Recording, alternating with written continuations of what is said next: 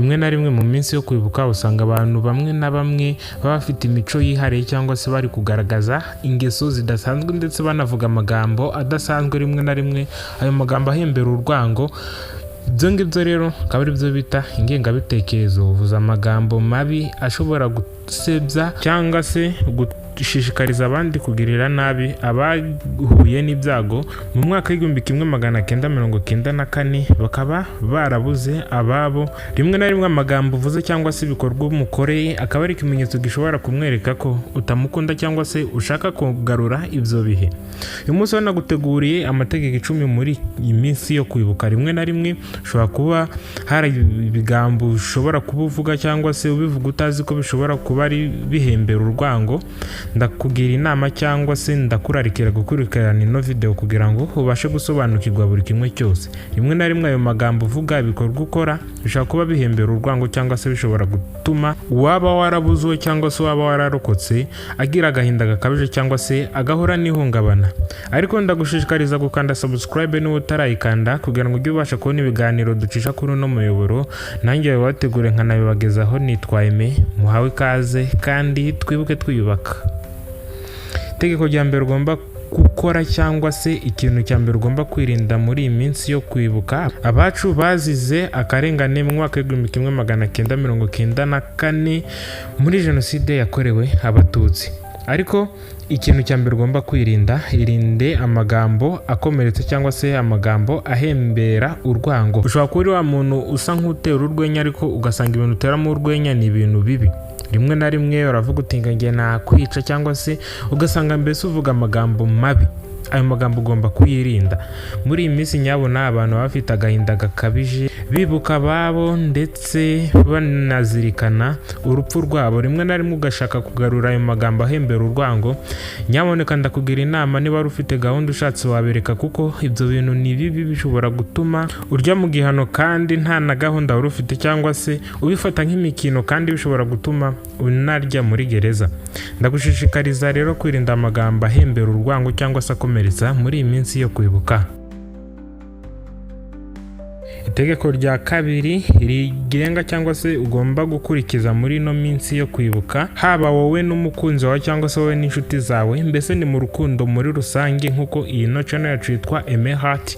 Ndetse tugomba no kubabwira uburyo ushobora kwitwara mu rukundo. Rimwe na rimwe hari gusanga imico ufite mu rukundo cyangwa se imyitwarire yawe ishobora gutuma wangiriza sosiyete ndetse ukangiza n'umukunzi wawe. Ariko twe tubagira inama tukababwira uti ugomba kwitwara uki, cyangwa se izi nizo nama z'ingenzi ushobora gukurikiza bigatuma urukundo rwawe rukomera. Dukomeje ku itegeko rya kabiri ugomba gukurikiza mu gihe cyo kwibuka abacu bazize jenoside yakorewe abatutsi. Ikintu cya kabiri ugomba kwirinda, irinde kumukubita. Girlfriend wawe wenda mushaka kuba mukundana, ndetse na boyfriend wawe. Simvuze ko abakobwa ari bo bahungabanywa cyangwa se abagore ari bo bahungabanywa cyane, n'umugabo ashobora guhungabanywa. Rero gerageza wirinde kumukubita. Wenda ashaka kuba afite iryo hungabana cyangwa se afite ibikomere ku mutima, ndetse nawe ugashaka kumukomeretsa ku mubiri, cyangwa se ibikorwa umukora bikaba bishobora kumwangiriza, bigashobora gutuma wenda nawe yihora akavuga uti ntabwo nkunzwe, cyangwa se akabona ko utamwitayeho. Gerageza umwiteho, ugabanye kumukubita cyangwa se kumuharabika, ahubwo umukorere ibintu bishobora gutuma abona ko muri kumwe. Iyo niyo nama nakubwira rero muri iki gihe cyo kwibuka abacu bazize jenoside yakorewe abatutsi mu mwaka w'1994. Itegeko rya gatatu ugomba gukurikiza muri iyi minsi, muri ibi bihe byo kwibuka abacu bazize jenoside yakorewe abatutsi, muhe agaciro. Hari igihe usanga boyfriend wawe cyangwa se girlfriend wawe ashobora kuba yarahuye n'ibibazo cyangwa se yarahuye n'ihungabana, ariko ugasanga ntumuha agaciro. Muha agaciro ke. Rimwe na rimwe irinde kumuvunisha, ahubwo umwereke ko ari uw'agaciro imbere yawe, umwereke urukundo, umwibagize ibyo bihe cyangwa se umira muri iriya minsi ukuntu byari bimeze. Nubwo ari ibihe byo kwibuka, ariko gerageza umuruhure. Ashobora kuba afite ako gahinda cyangwa se yibuka muri iyo minsi, bikaba bishobora gutuma nawe agira ihungabana. Rero igihe cyose wamuhaye agaciro bizatuma abona ko nyine ari uw'agaciro kandi ari ingirakamaro.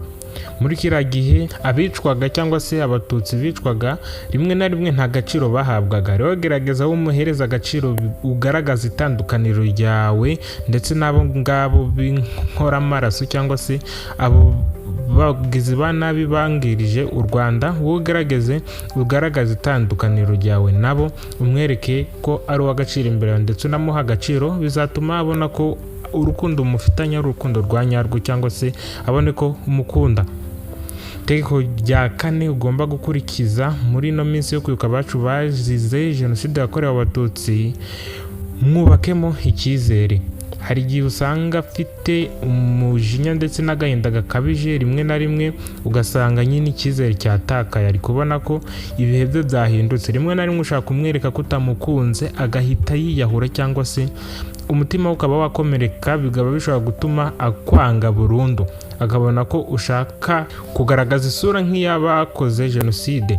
Rero ndakugira inama yo kumwubakamo icyizere, umwereke ko uri umuntu mwiza, ugaragaza imico yawe myiza. Ariko simvuze ngo nawe ushobora kuba warishe abanzirakarengane mu mwaka w'1994, wenda ashobora kuba ari inshuti y'umuryango wanyu cyangwa se papa wawe ndetse na papa we baragize uruhare mu kuba umwe yarishe umubyeyi wundi. Rimwe na rimwe ntimugaheranwe n'agahinda, wenda ashobora kuba barasabye umuryango wanyu imbabazi, gerageza umuhe imbabazi ndetse mwubakanemo icyizere. Iyo ni inama nabagira kugira ngo mukomeze mugirane urwango cyangwa se mugirane ubwoba, ahubwo mutinyukane, mwubake cyangwa se twese twubake u Rwanda twifuza kandi dukomeze kwibuka twiyubaka. Itegeko rya 5 nariryo rya nyuma rigomba kukuranga muri no minsi yo kwibuka abacu bazize jenoside yakorewe abatutsi, murinde icyamubabaza. Rimwe na rimwe yashobora kuba ari inkuru mbi runaka cyangwa se ikindi kintu runaka gishobora kumubabaza, gerageza ukimurinde muri no minsi yo kwibuka kuko bishobora kumuhungabanya kurushaho.